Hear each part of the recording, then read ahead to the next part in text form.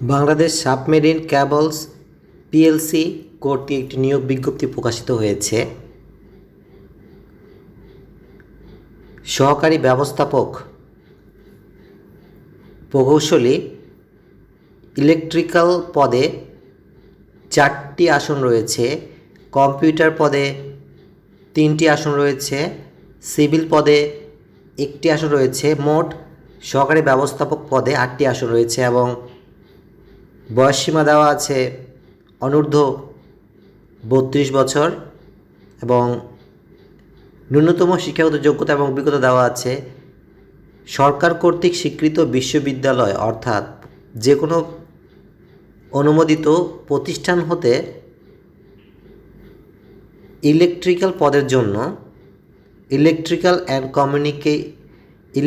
এবং electronics engineering অথবা electronics and telecommunication engineering অথবা ইলেকট্রনিক্স অ্যান্ড কমিউনিকেশন ইঞ্জিনিয়ারিংয়ে কোর্স থাকতে হবে, বিএসসি ডিগ্রি থাকতে হবে এবং কম্পিউটার পদের জন্য computer science and engineering, computer science অথবা সফটওয়্যার ইঞ্জিনিয়ারিংয়ের উপরে বিএসসি ডিগ্রি থাকতে হবে এবং সিভিল পদের জন্য সিভিল ইঞ্জিনিয়ারিং কোর্সের উপরে বিএসসি ডিগ্রি থাকতে হবে। এখানে বিশেষ দ্রব্যষ্ঠ দেওয়া আছে মাধ্যমিক ও উচ্চ মাধ্যমিক পরীক্ষায় জিপিএ 5 মধ্যে 4 নিচে যদি কেউ পেয়ে থাকে তার আবেদনটি গ্রহণ করা হবে না।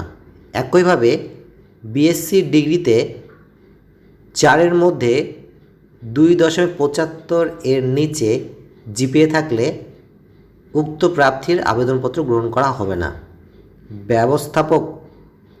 সহকারী ব্যবস্থাপক হিসাব অভ্যন্তরীণ নিরীক্ষা পদে 2টি আসন রয়েছে এবং বয়সসীমা দেওয়া আছে অনূর্ধ্ব 32 বছর এবং এখানে শিক্ষাগত যোগ্যতা দেওয়া আছে সরকার কর্তৃক স্বীকৃত বিশ্ববিদ্যালয় অর্থাৎ প্রতিষ্ঠান হতে সম্মানসহ স্নাতক বা স্নাতকোত্তর এমবিএ এবং চার্টার্ড অ্যাকাউন্টেন্সিতে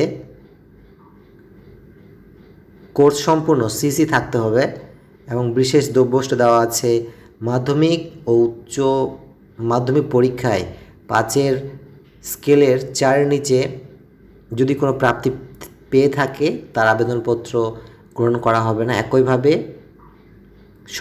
স্নাতক বা স্নাতকোত্তর পরীক্ষায় 4 মধ্যে 2.75 নিচে জিপিএ থাকলে উক্ত প্রার্থীর আবেদনপত্র গ্রহণ করা হবে না। অনলাইনে আবেদনপত্র ফি জমাদানের শুরু তারিখ হচ্ছে 31 মার্চ 2026 এবং অনলাইনে আবেদনপত্র পূরণ এবং পরীক্ষার ফি জমাদানের শেষ তারিখ হচ্ছে 29 এপ্রিল 2026 বিকেল 5 ঘটিকা এবং ইচ্ছুক প্রার্থীগণকে অনলাইনে আবেদনটি ফিল আপ করতে হবে। এর জন্য ওয়েবসাইট অর্থাৎ একটি লিঙ্কে যেতে হবে। লিঙ্কটি হচ্ছে bscplc.teletalk.com.bd। এই ওয়েবসাইটে গিয়ে অনলাইন আবেদনপত্র ফিল আপ করতে হবে। সুতরাং আপনারা যতজন ইচ্ছুক এই আবেদনটি ফিল আপ করতে পারেন এবং সকলের জন্য খুব শুভকামনা থাকলো। ভালো থাকবেন, সুস্থ থাকবেন।